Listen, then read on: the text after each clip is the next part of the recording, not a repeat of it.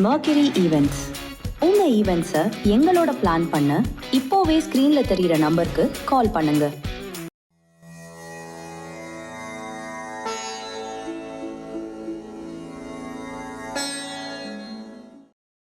ஓம் சரணாகத தீனார்த்த பதித்ராண பராயணே சர்வசியார்த்திகரே தேவி நாராயணி நமோஸ்துதே. வணக்கம் நேயர்களே, இது மகாலட்சுமி ஜோதிடம் வழங்கும் காலச்சக்கரம். உங்கள் அன்பு ஜோதிடர் ஸ்ரீராம்ஜி பேசுகிறேன். அனைவரும் நலமுடன் இருக்கிறீர்களா? நன்றாகத்தான் இருப்பீர்கள், நன்றாக இருக்க வேண்டும். இன்றைய காணொளியில் நாம் காண இருப்பது வலுவான தொழில் வெற்றியும் 7ஆம் இடத்து சனி பகவான். இதன் தலைப்பு. சனி பகவான் பாவக்கோள்களில் முதன்மையானவர். இவர் 7ஆம் இடத்தில் வலிமை பெறுறவர். சனி பகவான் நம்ம சமுதாயத்தில் இருக்கக்கூடிய மக்களை குறிக்கக்கூடிய ஒரு கிரகம். வெகுஜனங்களை குறிக்கக்கூடிய கிரகம் சனி பகவான். இவர் ஆயுளுக்கு காரகன். காலபுருஷனுடைய தொழில் ஸ்தானமும் லாபஸ்தானமும் மற்றும் பாதகஸ்தானமும் இவருடையது. காலபுருஷனுடைய 7ஆம் வீட்டில் இயற்கையாகவே உச்ச வலு பெறுவார். துலாத்தில் தொழிலாளர்களையும் கீழ்நிலை மக்களையும் கீழ்படிதலையும் அடிமைத்தனத்தினையும் அடிமை ஜீவனத்தையும் குறிக்கக்கூடிய கிரகம் சனி பகவான். அதாவது ஒரு அரண்மனை இருக்குன்னா அதில் இருக்கிற வேலைக்காரங்களை எல்லாம் குறிக்கிறவர் சனி. ஒரு அரசாங்கம் இருக்குன்னா அதில் இருக்க கீழ்நிலை ஊழியர்களை பூரா குறிக்கக்கூடியவர் சனி. ஒரு அரசியல் கட்சி இருக்குன்னா அதில் இருக்கிற தொண்டர்கள், அடிப்படை தொண்டர்களை குறிக்கக்கூடியவர் சனி. எம்எல்ஏவையும் மந்திரியும் குறிக்கக்கூடியவர் இல்லை, தொண்டர்களை குறிக்கக்கூடியவர் சனி. இப்படி வெகு ஜனங்களை, அதாவது பெரும்பான்மையான மக்களை குறிக்கக்கூடிய கிரகம் சனி பகவான். இந்த சனி பகவானுக்கு இயற்கையாகவே எந்த லக்னத்தில் நீங்கள் பிறந்திருந்தாலும் 7ஆம் இடத்துல உட்காந்துட்டார்னா அவருக்கு ஒரு பவர் வந்துடும். ஏன்னா அது அவரோட ஸ்தானம், சமுதாயம் அப்படிங்கிற ஸ்தானம். நம்ம லக்னத்துக்கு 7ஆம் இடம் தான் சமுதாய ஸ்தானம். கூட்டாளிகளை குறிக்கிறதும் அதே தான், பங்காளிகளை குறிக்கிறதும் அதே தான், வாழ்க்கை துணையை குறிக்கிறதும் அதே தான். இதில் சனி பகவான் 7ஆம் இடத்துல இருந்தால் வலுப்பெறுவார் அப்படிங்கிறது நிதர்சனமான உண்மை.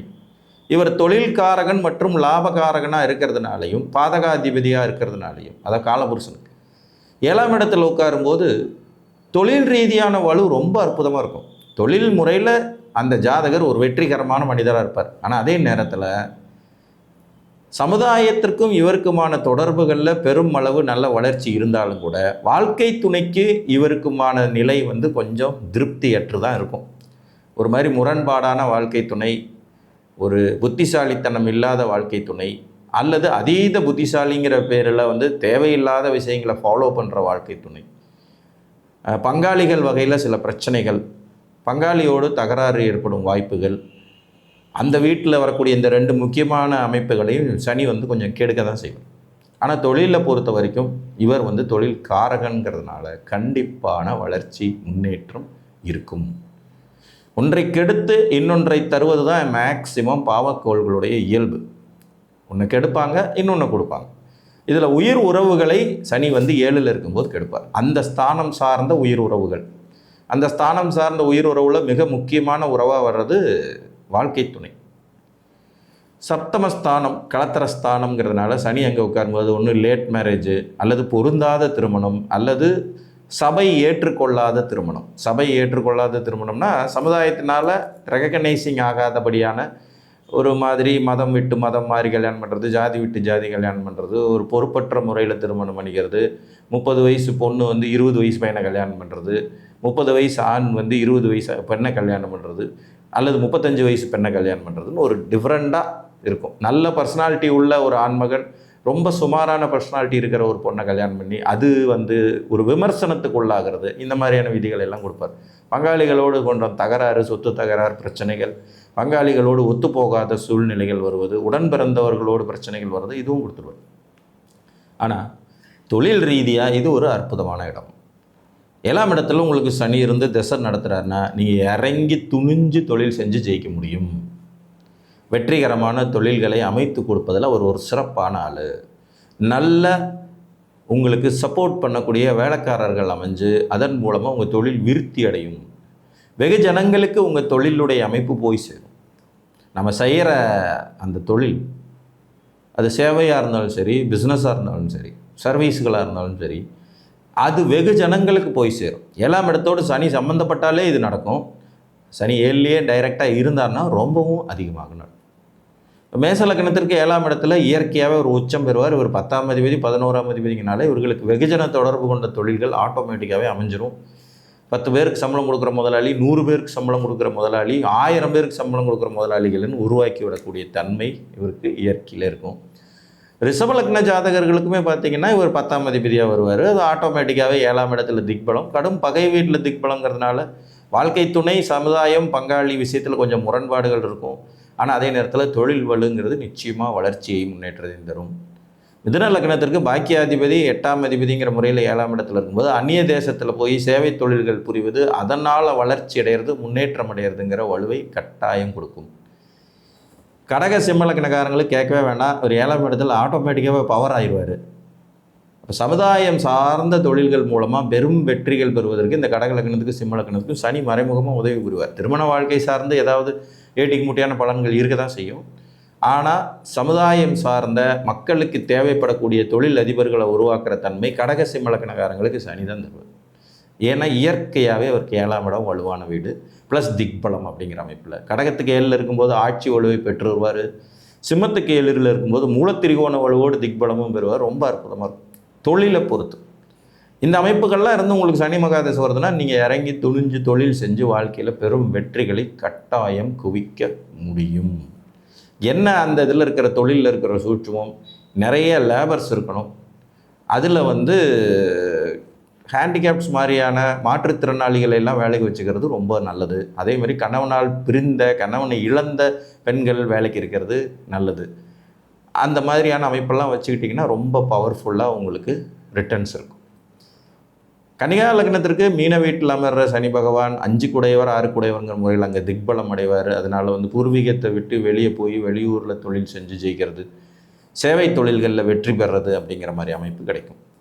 துலா லக்னத்திற்கு இவர் நீச்சம் அடைஞ்சு 4-5 குடையவராகி ப்ளஸ் அங்கே திக்பலம் அடையும் போது இவங்களும் நல்ல தொழிலதிபர்களாக வருவாங்க. நார்மலாகவே துலா லக்னம் தொழிலதிபர்களாக உருவாக்கக்கூடிய அமைப்பு உள்ளது. இங்கே சனி 7ஆம் இடத்தில் அமரும்போது நிச்சயமான தொழில் வளர்ச்சி இருக்கும். இதுக்கு இந்த தசை நடக்கணும், அது ரொம்ப முக்கியம். சனிமகா தசை ஒரு 19 வருஷ தசைங்க. ஒரு 36 வயதில் ஒரு ஆண் மகனுக்கு சனி தசை ஆரம்பிக்குதுன்னு வச்சுக்கோங்க. ஒரு பேச்சுக்கு ஒரு பக்குவப்பட்ட வயது, மெச்சூரிட்டியான ஏஜ், தொழில் செஞ்சு ஜெயிக்கலாங்கிற அளவுக்கு தகுதி உள்ள ஒரு ஏஜில் ஒரு 20 வருஷம் கிட்டத்தட்ட ஒரு தசை நடக்குதுங்கும் போது கண்டிப்பாக தொழில் செஞ்சு வெற்றி அடைந்து விடும் வாய்ப்புகள் உண்டாகும். வெகுஜன தொடர்புகள் அதில் இருக்கணும், வெகுஜனங்களுக்கு பிரயோஜனப்படுற மாதிரியான ஒரு அமைப்பு இருக்கணும், நிறைய லேபர்ஸ் வச்சு நீங்கள் இந்த தொழிலை செய்யணும். இந்த 3 தான் அதில் இருக்க சூட்சம். விருச்சிக லக்னத்துக்கு ரிஷபத்தில் சம உச்சம் பெற 3 நாளுக்குடைய சனி பகவான் கூட்டாளிகளாலும் தொழில் செஞ்சு வளர்ச்சி அடையக்கூடிய யோகிதைகள், முன்னேற்றங்கள், நிறைய தொடர்புகள் சார்ந்த தொழில்கள் தரக்கூடியது, அசையா சொத்துக்கள் மூலமாக வரக்கூடிய வருமானம் தொழில்கள்ங்கிறது, ரியல் எஸ்டேட் தொழிலில் சக்ஸஸ் பண்ணுறது, மெட்டீரியல்ஸ் சேல்ஸ் பண்ணுறதுல சக்ஸஸ் பண்ணுறது, மேன் பவரை சேல்ஸ் பண்ணுறதுல சக்ஸஸ் பண்ணுறது.